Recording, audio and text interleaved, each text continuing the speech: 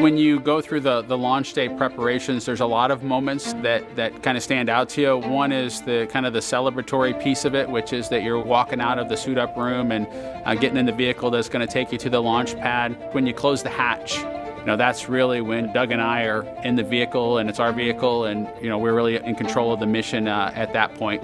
Test pilots, their task proved that man could fly into orbit around the Earth and return live and well to talk about it. There's always a balance of managing risk as you go forward to execute a test point and figuring out a way to collect the data. We hear a sound. Okay, is that sound an expected sound? Or we see a light, is that light an expected light? What's the source of it? Does it sync up with something else that's going on or not? So trying to dissect all of that in real time in your head is, a lot of things happen like that on launching of a vehicle. From St. Anne, Missouri, he is an Air Force colonel and flight test engineer. He flew aboard Space Shuttle Endeavour twice. Introducing NASA astronaut Bob BEHNKEN.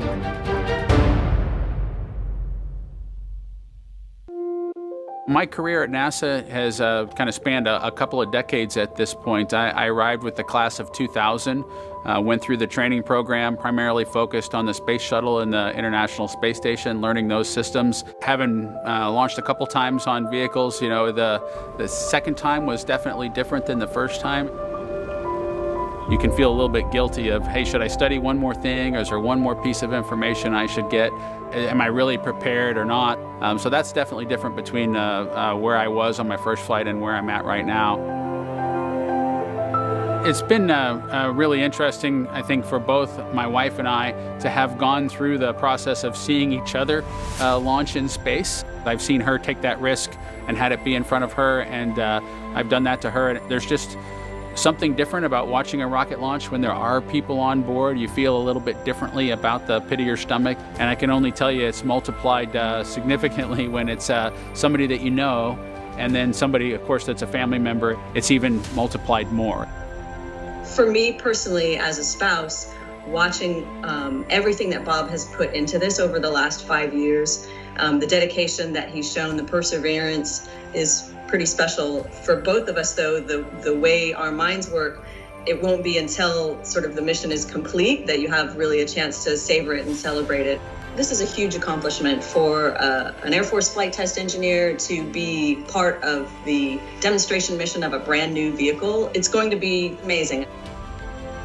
Without a partner that has that same appreciation, I think it can be challenging for some folks. There's a lot of work and a lot of time that takes away from family that that my spouse appreciates, and I love her for that.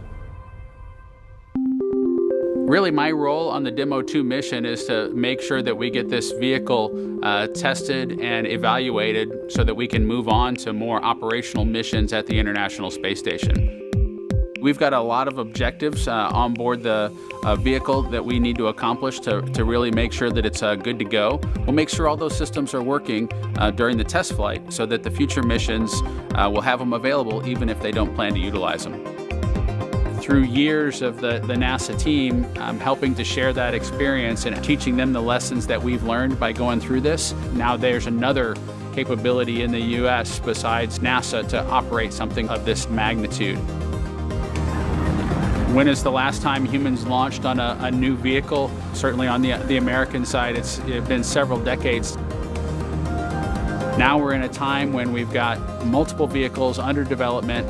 It's a great time from a space exploration time frame just to see all that happening, and it's because of this nurturing of the environment, being able to pull in a wider group of people who can contribute towards human spaceflight.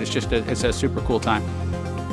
On a deeply personal level, I'm really excited that my son is get a chance to see me launch into space. Being an astronaut has been a little bit of an abstraction thing for him because he's seen me do it in old videos, but he hasn't seen me do it for real. And so I'm excited for him to see this launch. I want to thank the entire Commercial Crew Program team that's worked together to get to this point where we've got vehicles in the launch pad ready to head to the International Space Station.